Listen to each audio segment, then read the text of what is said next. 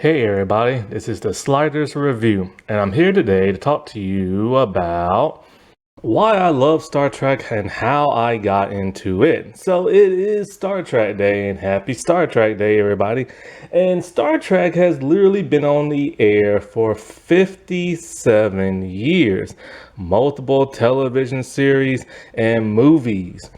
And in my opinion, Star Trek is just great. It's one of my all-time favorite shows, next to Sliders. And I still can't believe it's been this long. And it's going on 60 and stuff. And we've had a lot of good Trek over the years. And we had a lot of bad Trek over the recent years. I take my Trek very seriously and everything. It's something I literally grew up with as a teeny tiny kid. I don't remember exactly like how old I was or when exactly what season TNG I saw, but the first television series I got into was Star Trek: The Next Generation. And I think I remember Beverly was there, so it must have been after the what's her name? Pelosi or something like that, I think her name is, or something like that. Because I remember when I did see Tasha Yar and the other doctor, I'm just kind of like, Pulaski. That's it, Pulaski. I think of that lady from the government. And I just remember like, who the heck are these two women? Because I don't remember seeing them. So I must have went in around season 3 or season 4. And those seasons of TNG still hold up till the day. Yeah, some of the CGI is a little wonky and everything, but those were such good storytelling. TNG is my favorite Star Trek series, and Captain Picard is my favorite Star Trek captain.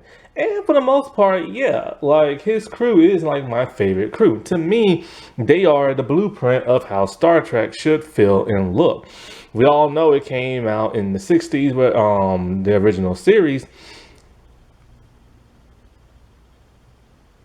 But those were like really like stepping stones of like Star Trek. Like, they was planting the seed, trying to see, what worked, what didn't work. And it took some fine tuning, and I feel like that fine tuning is the Next Generation. It started off a little rocky though. I don't particularly like the first season. Second season got better, but things were really cooking in the third. They were telling bigger, bolder stories. They were rehashing older stories, but making them more new and more exciting. The use of allegories were always present in Star Trek, which made it really fresh and and really made you think anything, what I'm saying? Instead of just like pandering you and pushing something down your throat, it made you think when you looked at those alien races and them being oppressed and everything.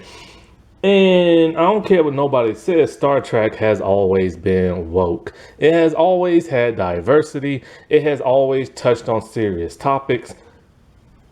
It has always been political. I don't know why Star Trek fans keep saying it never was.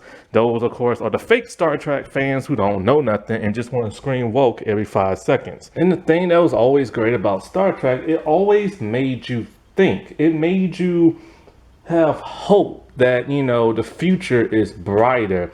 That we can live in a utopia, that we can like put aside prejudice, greed, things like money and sickness and stuff, and live to be better people. That was always a great message that Star Trek always strived to teach. And it's something I wish we could see in today's world, but sadly that will never happen. And the thing about Star Trek is that other than making you think, it really made you appreciate science, like it really, and some people have even became scientists, astronauts, and even military personnel because of Star Trek. That is something most television shows can't say, but Star Trek can. It had a huge variety and diverse cast with really strong characters, great acting, and really interesting and unique plots. And it was just like, and it's weird because I was just a kid. When I was a kid, I used to just watch cartoons. That's literally all I watched. And if I wasn't watching cartoons, I was watching the sitcom, whether it be Full House, Family Matters, or Married with Children. And the fact that this dramatized, very deep, hard-hitting drama caught my attention, was really fascinating at that time.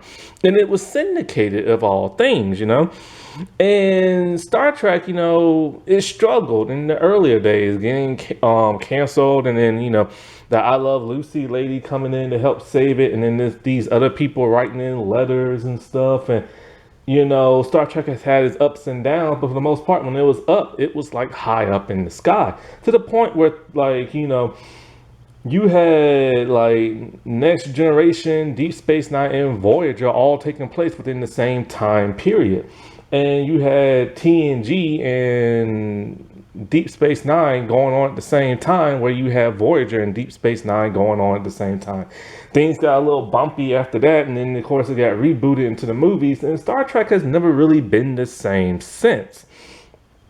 But they say imitation is the biggest flattery, and other sci-fi series have literally tried to duplicate Star Trek. Some have succeeded, others have crashed and burnt. And they duplicate it because it's a great series, and but sadly now, sorry about that, my camera died. So anyway, now you see Star Trek trying to copy other series, which is quite a shame and embarrassing. But Star Trek gave us lots of great characters. The boldness and courageousness of Captain Kirk, the sternness of Jean-Luc Picard, the just the overall intelligence and the yearning to be more like Commander Data, or the logical Spock and everything. Or literally a child in an adult's body trying to regain their humanity in Seven of Nine, to the point where you have like Geordi, a man who is blind, and everything should have been against him, but he defeated the odds, and proved to be one of the best scientific minds and the best engineers of those times. Or somebody like Tom Paris, who turned his life around from committing a criminal act and becoming one of the finest Starfleet officers and stuff. And you have like Captain Sisko, who literally broke the rules and had to bend like certain aspects of his life to go against his uniform. And you know how he felt about that uniform when you portray it and everything. The fact that he had to bend it and twist it just to like end a war, that says like a lot. And then you have somebody like Odo, who is so different and knows they're different in the world, and all they want to do is find out where they came from. Or to somebody like the Doctor, who you think would be like a Data type character and want to be human, but he doesn't want to be human. He just wants to be treated equally as humans. And those are the kind of like social issues, things that I like about Star Trek. Acceptance, and like not to show prejudice and hatred towards people and stuff. And that's really what Star Trek was all about. It was about looking into the future and going beyond the stars and everything. Now it's not like that no more. I don't know what the world's going on, but hopefully we can get back to some good old Trek and everything. Right? Everything's not so dark and gritty, or feels like, artificial, and go back to that utopia and not a dystopia and everything. And it's just, I don't know, man. It just, Star Trek is literally just the greatest. Like, it really is. From the uniforms to the technology to the ships to like the different alien species to the conflict and everything. It's just, Star Trek is literally just the greatest and stuff. Alrighty. Well, I'll talk to y'all later. Bye.